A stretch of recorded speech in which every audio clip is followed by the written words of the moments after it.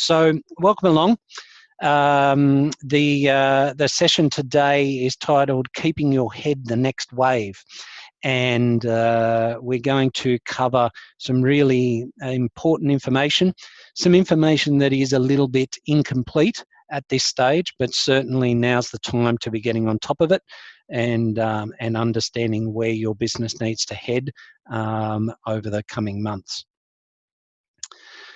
So what are we going to discuss? We're going to have a little bit of a look at what we have learnt from the first round of JobKeeper and the slowly ending stimulus that has been put out by the government in the first wave. We're going to look at the changes that are taking place to JobKeeper in what the media and ourselves are calling JobKeeper version 2.0. Going to cover a little bit of the collateral damage that's going to happen as part of those changes, and then go into a little bit of a what, when and how of things that need to be happening in your business at the moment. Going to cover off on the New South Wales COVID Recovery Grant and the intricacies of that for anybody who's on the session that may fit and hasn't attended to that as yet. Then I'm going to, if it's okay with the participants, cover a little bit of a program that we've got starting next month called Revive, Survive and Thrive. We're really excited to be bringing this to the market. It's an extension of what we've done in the past as part of our coaching arm, and doing that in conjunction with the accounting side of the business is a very exciting thing for us to start getting involved in. So a little bit of basics. For those who are on the session who don't know me, my name's David Ross. I'm a chartered accountant and business coach, and I've been running my business for around about 19 years. We have an accounting division, Direction Accounting, and we also have a separate arm to the business, which is Supercoach Business Coaching. As far as street cred goes, I've been through, as part of my accounting and coaching career, a number of different crises, I guess you could call them. There's been recessions, the dot-com crash. We started the accounting business just after September 11. We've been through the GFC, and now we're headlong into COVID, and we've been at the forefront of providing information in regards to COVID and the various stimulus packages, and really helping small business get a leg up and get ahead rather than panicking and wandering around without any idea.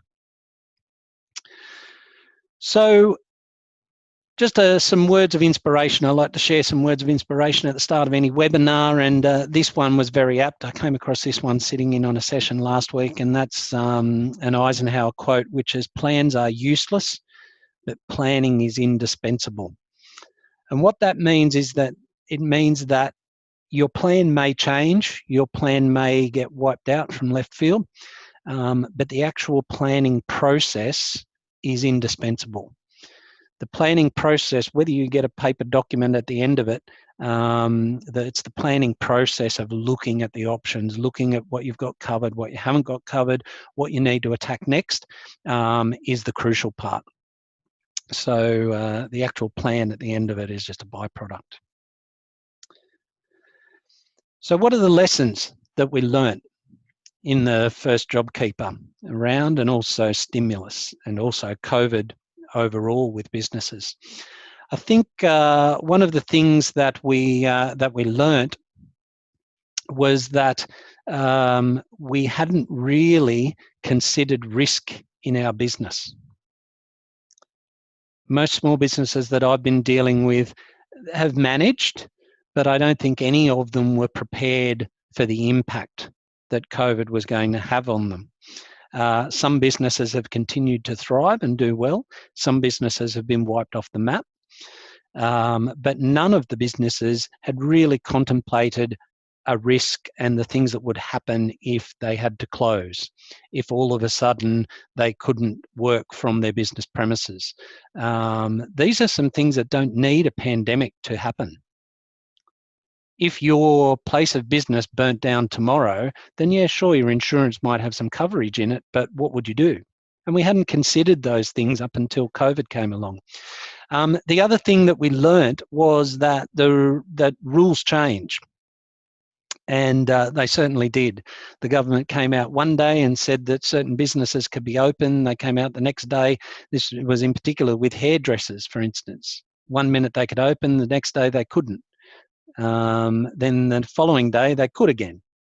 So the rules have continued to change. JobKeeper was going to exclude what we've now come to know as eligible business participants, and then the rules changed and they introduced more rules to allow people who weren't paying themselves a wage be able to obtain JobKeeper.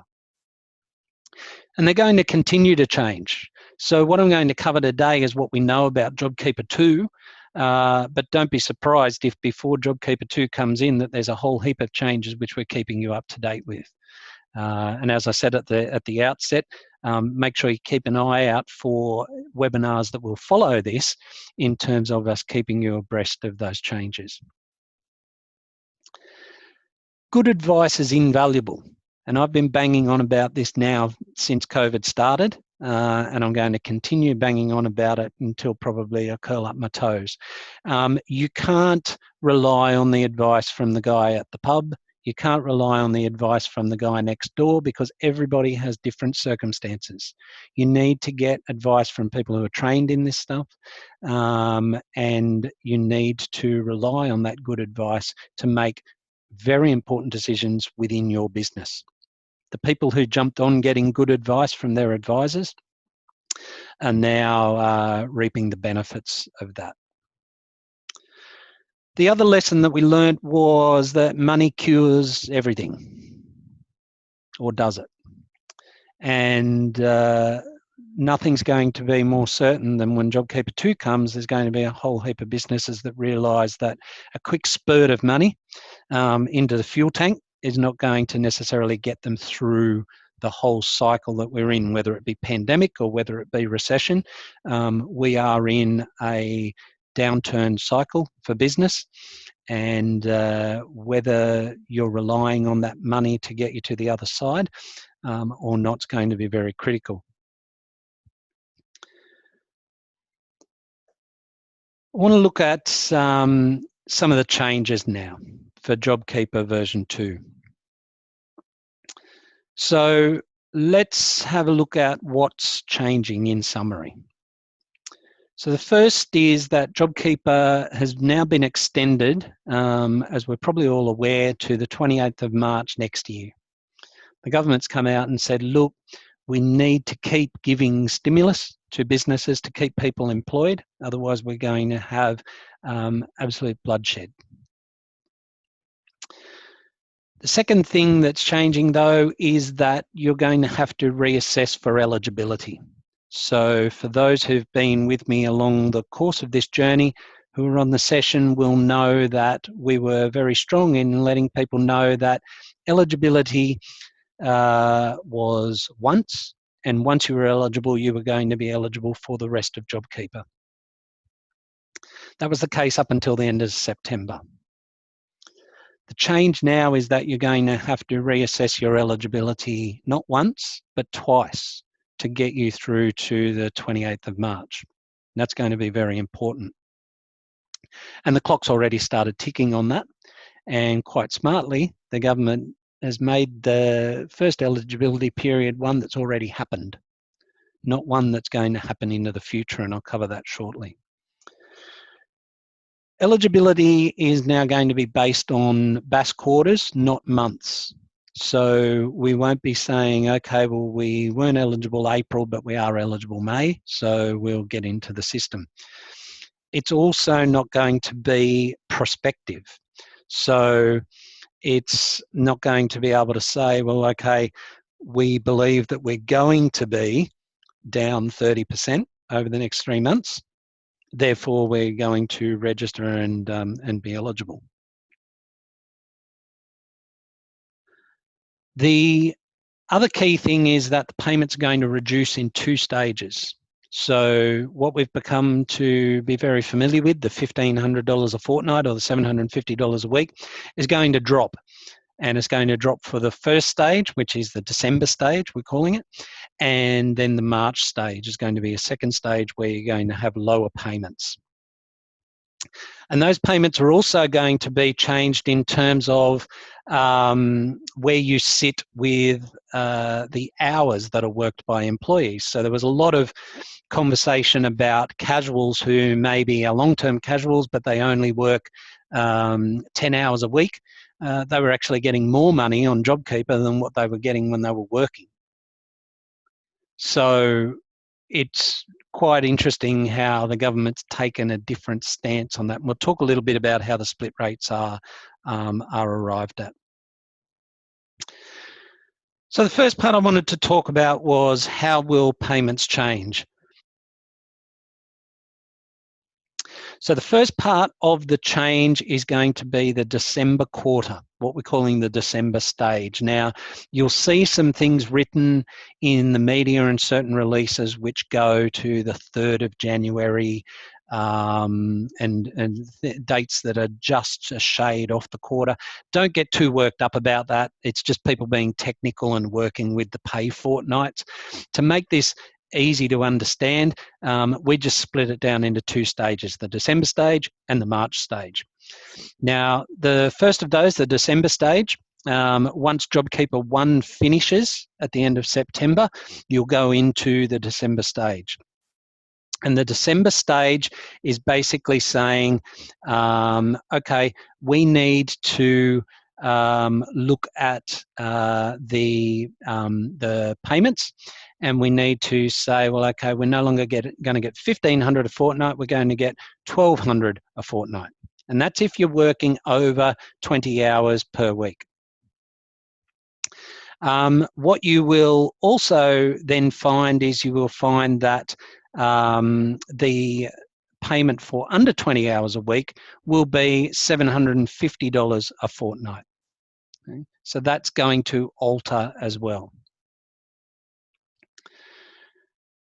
The March stage will dip yet again. So you'll go down to $1,000 a fortnight if you're working over 20 hours and $650 a fortnight if you're working less than 20 hours. That's going to be critical to keep those 2 things there. The 20 hours is going to be based for eligibility purposes and which bracket you go into based on an average from February 2020. There are going to be rules that will work around that, and I'm expecting there to probably be changes come in as to how it goes moving forward through the stages, but it's going to be critical to work with that above 20 hours, less than 20 hours aspect of things. Just want to go to the eligibility criteria. To be eligible in the December stage, you are going to have to look at the June quarter as well as the September quarter. So that's the first stage of December. Your eligibility period will be a 30% decline on the June quarter and the September quarter. When you go to the March stage, your eligibility is going to be a 30% decline on the previous year for not only the June and September quarters, but also the December quarter. So there's going to be 3. And it's an and, it's not an or. So you have to do June and September, be eligible in both of those for a decline on the previous year to be eligible for the December stage. Now, you can see by looking at that what's going to happen is there's going to be a number of people get caught out, particularly on the June one, because June's already over. The government, I believe, has intentionally made it that because it doesn't give anybody the chance to manipulate their data. June's already happened. June BASs are being either done or already done for the June quarter. So you're not going to be able to go back and gild the lily and make it work which was one of the things that was a problem with JobKeeper 1, was you were able to massage a few things around, rightly or wrongly, and get people into the system. There are people there who've moved income from one entity to another to get around it, and ethically there's an issue with that with me. To be able to do it, we'll work within the rules, but there are some things which just get right outside the box, and it's like, really, use this for what it's intended to be. So that's how the payments are going to change, and how some of the eligibility is going to change as well. You'll be using your BAS data as opposed to prospective data, as I mentioned. So I'm expecting there to be a number of different things in and around the eligibility that will change and be introduced. We had alternative tests when we went through JobKeeper 1. And those alternative tests allowed us to look at growth tests for businesses that were in high growth modes, compared to the previous year. It also allowed us to get concessions for businesses that had only just started. It allowed us to get concessions for businesses that had been through periods of drought or disaster. So there were concessions there. So it's going to be interesting to see how those alternative tests move in terms of eligibility for June, September, December. Collateral damage, though, is going to affect a number of different industries, and there's going to be some possible losers within this. Not only people who just on the bare face of it just don't meet the 30% anymore, but it's also going to affect some businesses unintentionally, I believe. The first of those is possibly what I call a recovering business. And this might be a business that was a youthful or young business, and by that I mean, they're not startup, but they're growing into their skin in 2019. Or it might be a business that had a really bad 2019, like I mentioned, drought, bushfire. Bushfires really come into 20, but those prior periods, as we go and look at it, particularly when we're looking at the December quarter, that comes into bushfire stuff. So there's going to be a number of different unintentional consequences here. And if you're a recovering business and all of a sudden you've got to compare what you're doing now to what you were doing 12 months ago, sure, you didn't have COVID, but if you were a young business or a low revenue business last year, then even though you're still recovering on your best days, you're comparing to maybe some of your low days. And I see that as a bit of a problem. The other problem is looking at businesses with temporary boosts. So, for instance, if you were a business that, I hate the word, but pivoted to doing, say, hand sanitizer or masks or PPE equipment for COVID, then you possibly have had a real boost in business over the last month or two. If you're doing masks and you're pushing them into the Melbourne market at the moment, you're doing quite well. Now, if you compare that revenue to last year, it may be a spike, and it may make you non-eligible for the June quarter, and you're out. Once you don't pass June, there's no passing go, there's no collecting $200, you're out, because you use the June quarter not only for the first stage, but also the second stage in March. So if you don't pass June, give it away. You're not going to get JobKeeper. And that will have some real impacts on people. Let's say, for instance, people who were on the plus side of the low-cost write-off. You might have been in office furniture, you might have been in the motor vehicle industry, and all of a sudden you've had a spike because the government's come out and said, hey, you can spend up to $150,000 on equipment. So if you're in any of those industries and you've all of a sudden had a spike again and it wipes out the June quarter, sorry, you're not going to continue in the JobKeeper system. Even if now, once you're past those changes, you've gone back to a suffering business, it doesn't matter because your June quarter has been wiped out and you're not eligible. So that's going to be really key. The other collateral damage that I see in this is in regards to low-hour casual staff. We're going to find some people who are working under 20 hours, and all of a sudden, where they've been receiving $750 a week or $1,500 a fortnight under JobKeeper 1, those rates, as I showed before, the rate is going to drop for those under 20. December, $750, moving through to March being $650, so effectively halved and then some. If they're only working 10 hours a week casual, and all of a sudden that's being ripped out from them, whilst there are changes coming in the job seeker environment, are they really going to be motivated to work anymore?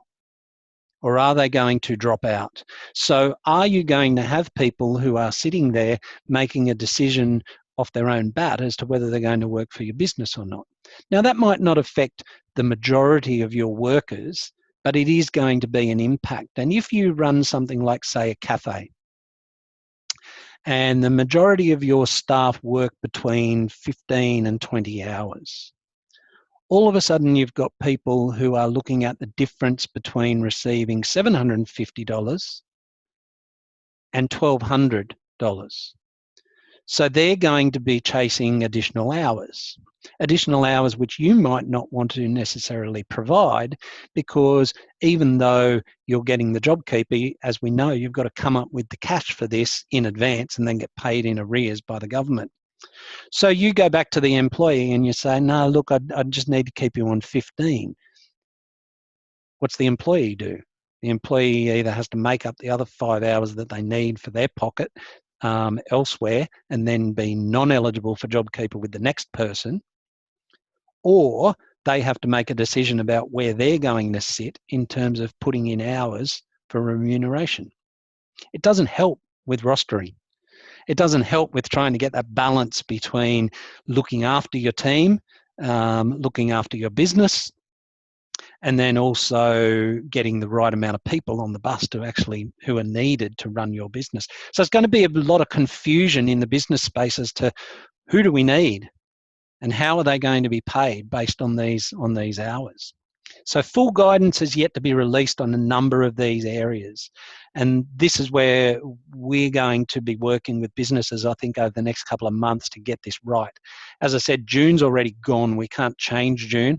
February, in terms of eligibility of hours, is already gone. I'd expect them to change that because it seems really restrictive in terms of an ongoing system.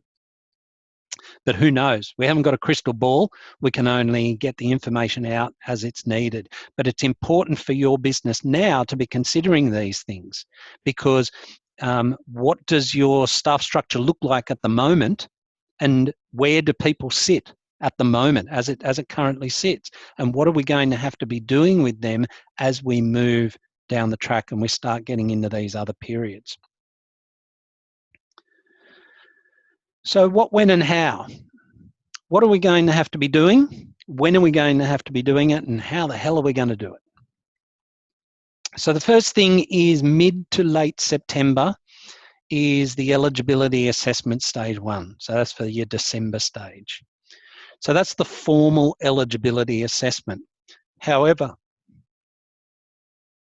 if you have your June BAS done, you have the information at your fingertips to determine whether you're going to be eligible or not. So why would you wait? Yes, they might change the system, but you need to know now what's coming in 3 months' time. So if you know now what's coming in 3 months' time in terms of receiving JobKeeper or not receiving JobKeeper, you can plan for it. So what we're doing with clients is we're moving to analysing this before that mid to late September advising to the ATO as to where you sit, and making sure that we're ready for any changes that come in, so we can continue to analyse that. So we've got to work closely together. You've got to work with your advisor, and like I said, there's no room for over the fence advice in this. It means too much. We've had businesses that have been getting small amounts of JobKeeper, 3,000, 6,000. We've also had businesses that are getting close to 100,000 worth of JobKeeper over the course of these of the months that are in that first stage. 27th of September is when JobKeeper 1 finishes. That's an important date, because if you're not eligible in June, then you need to be planning for cash flow changes come that date, and staffing changes possibly. It's going to have a significant impact on the way you run your business if you are not eligible. Then when we move into that first phase, if you are eligible, you'll have November, December and January declarations to make for the previous months. So November's declaration is for the month of October, etc. Like we're doing now, but I expect there to be a little bit of extra information in those declarations that we need to provide. So the government, with their "we only want this information for data purposes," have now turned around, I'd say, and used that information to come up with an appropriate strategy to start to reduce JobKeeper in certain circumstances. And it's not necessarily a bad thing. As I said at the start, there have been people rorting the system, and this will catch them, but that collateral damage is really going to hit. Mid to late December will be the second eligibility stage. So if you got through to the first stage, eligible, you've then got to turn around and determine whether you're still eligible for the second stage based on your December quarter. Now, obviously, with your September and December quarters, there's the ability there, by all means, to look at how your business operates and how your business would be eligible if it was, and how it's got to ride this bumpy thing. Not saying rot the system, but it's really good for you to know exactly where you sit month to month and each quarter before the time runs out. It's a bit like tax planning. You can't tax plan in July unless you're doing it for next year. So just like planning for JobKeeper, June's gone. But if you are eligible in June, then you need to start thinking about, well, okay, what's going to happen in the September, December quarters in our business, and how long will we be eligible for? You do your declarations February, March, April for the second stage. So it's all pretty simple, yeah? It all makes perfect sense, and we're all going to be able to weave our way through this as business owners. I'm saying no. I'm saying that we spend our days and nights learning this stuff, and I'm saying that you've got bigger fish to fry in your business than to worry about how you're going to weave your way through JobKeeper without any help. That's what we're here for, and I've pretty much claimed this hashtag of get great advice. I think it's a massive thing in small business that people don't reach out. For whatever reason it may be pride, it may be cost, but these things don't cost a lot to do when you look at the impact that they have on your business moving forward. So I promised a top 7 in the session today, and we'll probably run for about another 10, 15 minutes, because I'm mindful of everybody's time, particularly at this time of year. So our top 7 priorities, as I see them, is getting great advice. As I just mentioned, you need to have somebody in your corner that can be helping you not only with the rules as they sit at the moment, but with the rules as they will be introduced, because there will be changes. Rules change, and they'll continue to do so. The other thing about getting great advice is that typically we see things within the business overall that maybe the business owner is a little bit close to. So when you don't have that second set of eyes looking at it from a business perspective, you maybe gloss over concepts, ideas, strategies that can be put in place, not only for JobKeeper, but also for your business during COVID. The second priority that I see for a small business owner at the moment, and it's particularly important now that we have some certainty around, if there is such a thing, around where JobKeeper's going and what's going to be happening. And we've been plugging cash flow forecasting since this thing started, but it's never been more important to get a rough and ready forecast of where your business is going to be headed between now and 30th of June next year. So that's going 3 months beyond when JobKeeper stops. That allows you to see where your income's going to be coming from. It's tough for people who have had all of their income dry up. It's pretty, useless to have a cash flow forecast in some respects. However, if that business is still holding on the hope that things are going to return in time for that business to survive, then you still need a track of the expenses of that business. You need a track of the debt commitments of that business. You need a track of the stimulus that's going to be coming into that business while you sit on the sideline. And what we do with cash flow forecasts is we don't go into war and peace with these. We get a short, sharp cash flow forecast together with you on your business. And then what we do is we look at some different scenarios. So what would happen if sales dropped a further 10%? What would happen if we were closed down into a lockdown come mid-August? What would happen if we had to get rid of 2 staff because we were no longer eligible for JobKeeper in the first stage, or no longer eligible in the second stage because we just can't hold off an improving business until then? And what would happen with our business if we're trucking along perfectly now and all of a sudden the rug was pulled out from under us by losing one big contract, or the market changing in some respect? All of these things can be done once you get a base cash flow forecast in place. You can then scenario plan and say, what if? What if this? What would be the impact if? And all of that planning is vital in a business. So I ask your business, if you're not getting this already, is this something that you feel is a priority for you? Because if it's not, you maybe need to think again. Looking at a business action plan is the next priority that I feel is critical. It's sitting and saying, well, okay, what are the things that we need to be doing between now and then in our business? Some businesses are totally ahead of the game on this. They've got their strategy, they've got their plans in place, they know exactly where they're going for the next 9 to 12 months. But probably about 90% of the businesses that we speak to on a regular basis as part of our prioritised survey, which is a needs analysis tool that we use with clients, say that they don't have a clear plan in place for their business. And as a result, they're just wandering around grabbing at everything that they possibly can to stay alive at the moment.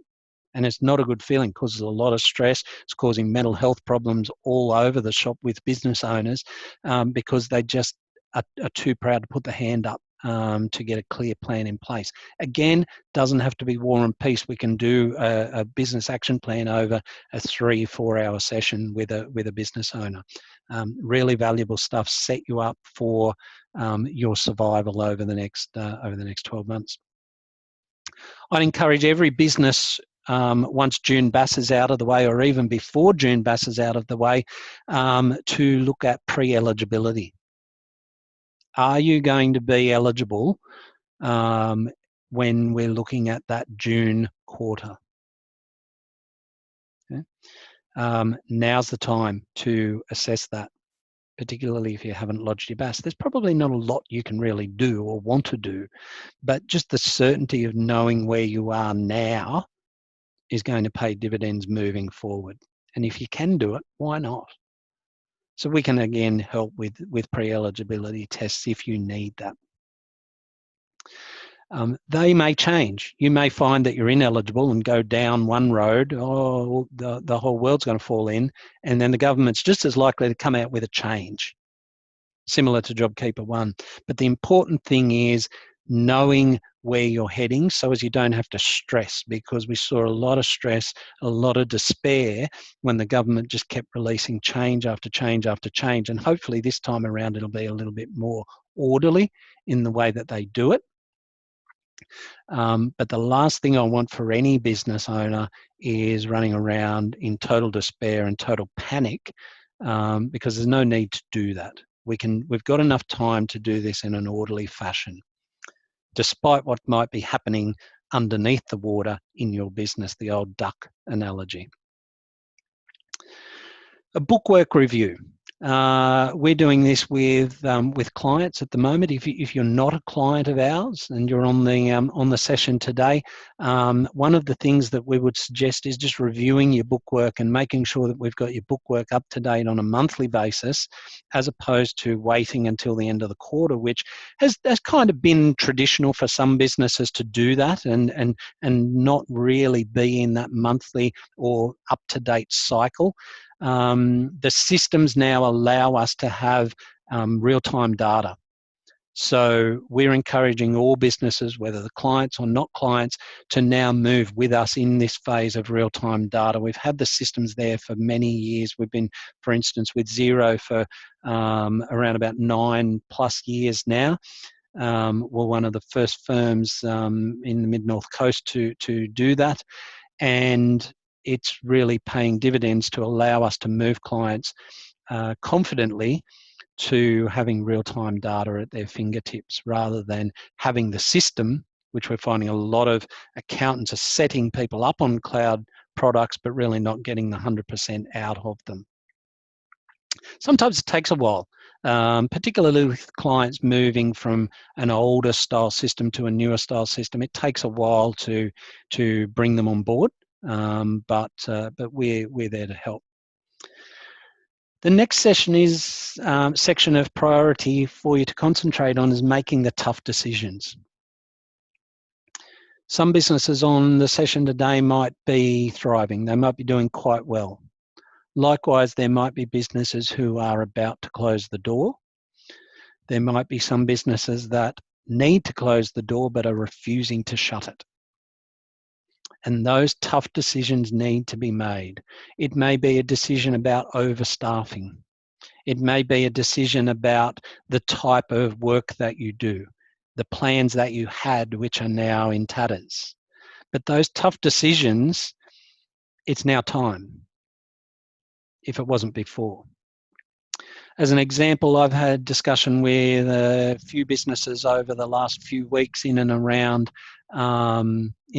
premises, and the ability for them to continue to manage the rent, particularly when a lot of that rent relief is just about to finish. So when the rent relief finishes in September, and JobKeeper possibly ends for them in September, businesses that have been able to just hang on to that last little bit of business oxygen are all of a sudden going to fail. So maybe those tough decisions need to be something that's being considered now. And I'm trying not to be all doom and gloom with this stuff, but we've got to have what we call positive realism. And I see too often people hang on too long in a business situation, whether that be the whole business or whether it be just a part of the business that they're doing or an employee. How many people on the session have had an employee in the past that they've persevered with and persevered with and persevered with, and in the end, they end up needing to get rid of them anyway from a performance perspective, and then they think back and they go, you know what, I knew that early on, but I persevered and persevered, and it ended up costing me and biting me big time. So these tough decisions need to be considered. I'm not saying go out and sack everybody. I'm not saying shut the door to your business now and go and get a job. But what I am saying is I'm saying critically evaluate everything in your business. It might be that subscription to software that you have. It might be the water cooler that's sitting in the corner that you're paying rent for. Something as small as that. Make the decision. Don't sit around and hope that all of a sudden there's going to be a magic wand and things are going to be better. We need to be making these decisions now. The last priority, and it's a bit of a cheeky one, but it's getting an ongoing accountability structure happening for you and an ongoing mentoring system to be able to call on. And part of that, which I'll introduce to you shortly, is our Revive, Survive and Thrive program, designed specifically for the environment that we're currently in. Previously, we've done a lot of face-to-face workshops and programs, but we're taking this one reasonably to a full online environment, and we think that it's going to be really beneficial. It's allowed us to squeeze the price, and it's also allowed us to get some really good content together in a number of different formats. So before I get on to mentioning the Revive, Survive, Thrive program, there is a grant around at the moment which a few people have expressed some confusion to me, so I thought I'd raise that on today's session. This grant finishes on the 16th of August. So you have to get your submission in before the 16th of August to be eligible for this. And it's interesting the amount of industries that are eligible for this money. So it's called the New South Wales COVID Recovery Grant. It's for an amount between $500 and $3,000. When you do the application, I certainly am not putting anything less than $3,000 on any of the ones that I'm doing. I'm not sure why you would, but you need to be able to justify what you spent the money on. That would be the only reason. And if you haven't got something worth $3,000 a year marked, you can't just put the money in your pocket for that ever elusive holiday that we're all seeking, or pay your wages or rent. Then they're not eligible items. So how do we get eligible for this? Because it's not for everybody. You have to have less than 20 employees, and you have to be underneath the payroll tax threshold in New South Wales. It is a New South Wales grant, so if you're running a business in Queensland or Victoria, God forbid, then you're not going to be eligible for this grant. You need to be in an industry that matches the list. So what is that list? So there'll be a link shortly to our website, and on our website there is a full list of the eligible businesses from the New South Wales grant guidelines. But in a nutshell, if you run a cafe, you are an eligible industry. If you run a restaurant, you are an eligible industry. If you're in accommodation, pubs, taverns, bars, you are an eligible industry. If you are in retail, there is a whole range of retail businesses, including the not elsewhere classified retailer, which to me basically allows us to fit pretty much anybody in there. But if you're running a tyre fitting shop, if you are running a electrical computer retail store, if you're running a furniture retail store, or if you are running a carpet retailer, you will be eligible, or you'll be eligible on the list anyway of industries. So you then need to meet the other eligibility guidelines. There are a whole range of industries on there. So the first thing we do is we find out what the business does, have a look at the list, and see whether we can fit you in. You need to be careful with that industry list because it's quite defined and it matches your ABN to the industry when you're applying for it. So you may find that when you're applying for it, you get a message that says, no, you're not eligible, please give us a call. And what we do as part of our process is we do that call as well and build the case. Unless you're obviously not eligible in any arguable case, in which case we'll let you know straight up. The next eligibility is a 30% decline, but unlike JobKeeper, where JobKeeper 1 was over a month, JobKeeper 2 is going to be over a quarter, this is a 30% decline over a 2-week period between March and July. So pretty easy to meet if you were closed. So just let that sink in. You have to have over 75,000 annual revenue, and that has to be at the 1st of March. So it has to be a business that's already in existence and already proving that they've got an annual revenue over 75,000. And then you have to spend the money on eligible items. Now, the eligible items are COVID safe equipment for fit outs. So it might be the Perspex screens, it might be the bollards to put sanitizer dispensers on, a whole range of equipment to get you back up and running COVID safe. It also could be spent on marketing, whether that be social media costs, raw advertising costs, a marketing consultant, or a website. But the one that I like is business advice. You can spend it on getting great advice and business continuity planning, which we talked about in those priorities. So if you need cash flow forecasting and you can get eligible for this grant, it's not going to cost you anything. The government's going to pay for you to get it done. The other thing that you can do with it is you can join something like a Revive, Survive, Thrive program and get 3 months worth of business coaching for nothing out of your pocket because it's come from the government. So it's a really good way for businesses to really make an impact on where they're going and have that subsidised and funded for them. So how do you get it? You can jump on to Service New South Wales. You can apply for this grant yourself. But why would you do it yourself when for $350 plus GST you can get somebody who knows what they're doing to do it for you? So the first thing we do is we do a 15-minute free session to see if you're going to be eligible, and if we feel that there's a good case that you could be eligible, we jump in and we do the grant application. If it turns out that you're not eligible and they knock it back, then nothing ventured, nothing gained. If we get the grant through, we give you an invoice for $350 plus GST. It's pretty simple. So if you want to book in for a 15-minute free session, see if you're eligible, if you do fit that industry list, go to our website at thesupercoach.com.au/grants. Have a look at the industries. If you think that you fit the industries and you have got those basic criteria covered of less than 20 employees, you reckon you'll have a 30% decline, not quite sure, but you are over the 75,000 revenue, then book in a free session. Costs nothing to have a bit of a look at it, and if we think that it's got legs, then we can get applied for you.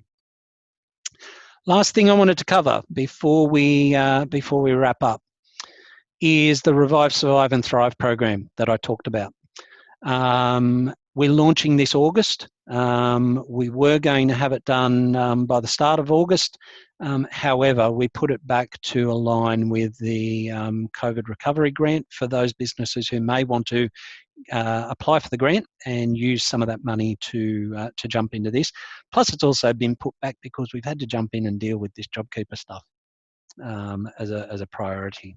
So what Revive, Survive and Thrive is we do 3 monthly group coaching sessions. So they're done via Zoom. They're not done in webinar format, so they are interactive. So you will have other businesses as peers in there. And group coaching's great. I've been involved in group coaching for many years as a participant. I've also been involved in group coaching as a facilitator. And what I am always gobsmacked by is the way that businesses are able to coach each other. And sometimes I find myself just staying out of the conversation and just letting other businesses share ideas. It's a great format to be able to get stuff happening, but this is structured. So we do those group coaching sessions as a structured format. Coach on call. You get coach on call. So you get my mobile number. You have a problem in your business that's related to the coaching program, give me a call. We'll deal with it there and then. If we can't deal with it there and then, we'll park it and we'll come back to it when we can. But you've got me available, coach on call, to be able to do that. Now, obviously, that's a fair use basis. I don't want people ringing me at 3 o'clock in the morning with the things that are keeping them up at night. But certainly, it's there for your use, and it's a highly underutilized area of our coaching programs. Just to give you the tip. Weekly accountability session. You'll get a one-on-one session with me every week over the 3 months. They're short, sharp. What's happening? What have you been up to? What are your problems? How do we solve those roadblocks? How do we move you forward? Those accountability sessions are worth their weight in gold, particularly now. We don't create stuff during accountability sessions. We solve stuff. We get you moving, stop you from being stuck. You get 3 months access to Supercoach Learning Hub. In there is going to be the resources that will help you get through the next 3 months. Ideas on how to deal with JobKeeper if you become ineligible. Time management is another key one. A whole heap of stuff about financial management in your business, all able to be accessed for 3 months via the Learning Hub. $880, including GST, per month for 3 months. If you're interested in having a chat about Revive, Survive, Thrive, go to that link there, the supercoach.com.au/RST. That will give you some insight. But basically, it's designed to take you through what the Revive stage is and move you to survive. If you're already surviving, we want to make sure that you don't move back to getting the paddles out. And if you're thriving at the moment, we want to make sure that your business doesn't retrograde over the next 12 months, particularly over the next 3 months as part of the program, that you don't retrograde and go back to either reviving or surviving.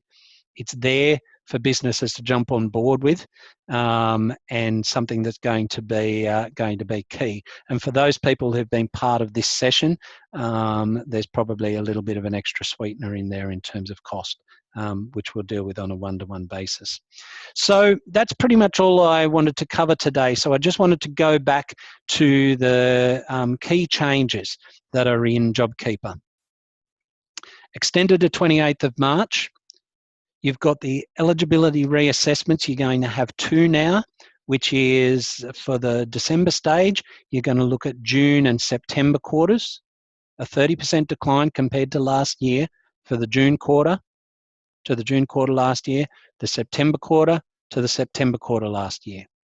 And you're going to have to do each of those twice, one for the December, one for the March, which will then include that December quarter as well as an eligibility. If you don't meet June, you can forget about both. The eligibility, once met, will then lead you into reduced payments. Those reduced payments, just confirming those again, is $1,200 a fortnight, reducing to $1,000 a fortnight for the employees that are working over 20 hours. If you're working under 20 hours, $750 a fortnight, down to $650. If you're an eligible business participant rather than an employee, you will still need to declare that you're working over 20 hours or under 20 hours. Now, most business people are probably working significantly more than 20 hours, so I don't see that as a problem. But eligible business participant, all of those concepts from JobKeeper 1 will stay at this stage. So I hope you got some value out of today.